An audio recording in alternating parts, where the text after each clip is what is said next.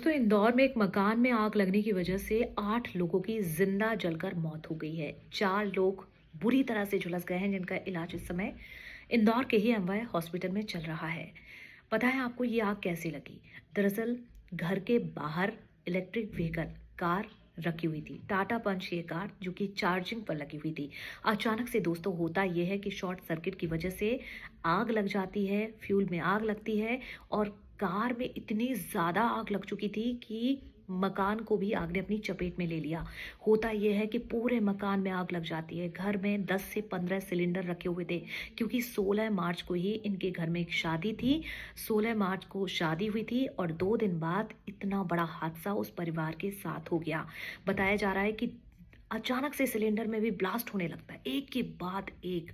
यहाँ पर दिल दहला देने वाली तस्वीरें सामने आती हैं। एक के बाद एक तेज ब्लास्ट होता है। अंदाजा आप लगा सकते हैं एक सिलेंडर फटने के बाद क्या होता है। फिर सोचिए, यहाँ तो 10 से 15 सिलेंडर रखे हुए थे। जानकारी है कि 5 से 6 सिलेंडर यहाँ पर फट जाते हैं, जिसके बाद पूरे मकान में आग लग जाती है। मकान का एक हिस्सा तक गिर जाता है। लोग समझ पाते, खुद को संभाल पाते, उन्हें मौका नहीं मिला और उनकी जिंदा जलकर मौत हो गई। 8 लोग इसमें जिंदा जल गए। 4 लोगों ने जैसे तैसे अपने आप को बचा लिया, वहां से भाग निकले। हैरानी की बात पता है क्या है? हैरानी की बात यह है कि इस मकान में डिजिटल लॉक लगा हुआ था, क्योंकि जिस तरह से यहाँ पर आग फैली, जिसके बाद बिजली सप्लाई बंद हो चुकी थी और बिजली सप्लाई ना होने की वजह से, लाइट कनेक्शन ना होने की वजह से जो डिजिटल लॉक था वो खुल ही नहीं पाया। अगर मौके पर दरवाज़ा खुल जाता तो ये लोग अपने आप को जैसे तैसे दौड़कर बचा लेते, लेकिन डिजिटल लॉक नहीं खुल पाया, दरवाज़ा नहीं खुल पाया। चीखते रहे, चिल्लाते रहे, लेकिन कोई मदद नहीं मिली और जिंदा जलकर इन सभी लोगों ने दम तोड़ दिया। अंदाज़ा आप लगा सकते हैं। देखिए, डिजिटल युग, हम जी रहे हैं डिजिटल युग में। हम बातें बड़ी बड़ी करते हैं, हम अपने घर को डिजिटल कर रहे हैं, हम स्मार्टफोन का यूज़ कर रहे हैं, लेकिन अब सोचिए ये स्मार्ट चीज़ें जो है ना, ये डिजिटल युग आपकी जान ले सकता है। और ऐसा ही कुछ इंदौर में इस मकान में हुआ है। अगर डिजिटल लॉक खुल जाता तो समय पर ये लोग बाहर निकल जाते, 8 लोगों की मौत नहीं होती। हैरानी की बात दोस्तों ये भी है कि इन 8 लोगों में से पता है आपको 6 रिश्तेदार भी बताए जा रहे हैं जिनकी जान चली गई है।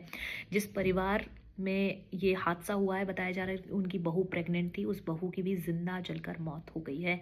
सोचिए कितना भयानक हादसा। एक छोटा बच्चा, 8 से 10 साल की उम्र रही होगी, उस बच्चे ने भी इस हादसे में दम तोड़ दिया। 8 लोगों की मौत इंदौर के हादसे में हुई है।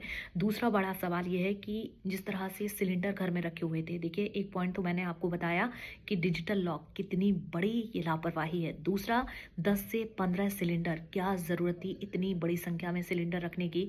आपको पता है कि एक सिलेंडर के ब्लास्ट होने से कितना बड़ा हादसा हो सकता है। फिर यहाँ तो 10 से 15 रखे हुए थे। सोचिए आप किस तरह से यहाँ पर ब्लास्ट हुआ होगा, क्या कुछ हुआ होगा उन परिवारजनों के साथ में।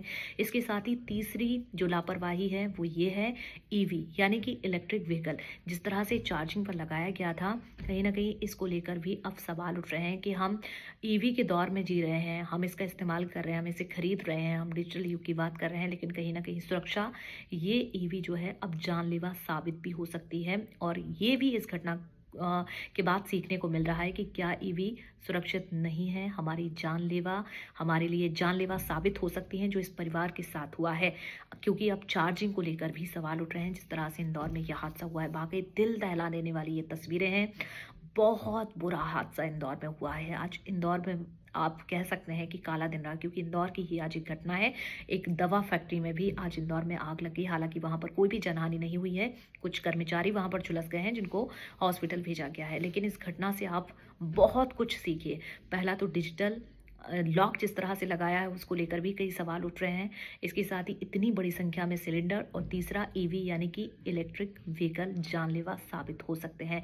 अगर आप इसका यूज़ कर रहे हैं, इस्तेमाल कर रहे हैं तो अच्छी बात है, लेकिन सुरक्षा और मानकों को ध्यान में रखकर ही आप इसका इस्तेमाल करें। समय समय पर आप इसकी चेकिंग कराएं कि कोई कमी, इसमें कोई बड़ी खामी तो नहीं है, ताकि उसका समय रहते उस पर ध्यान दिया जाए और उसकी कमी को पूरा किया जाए।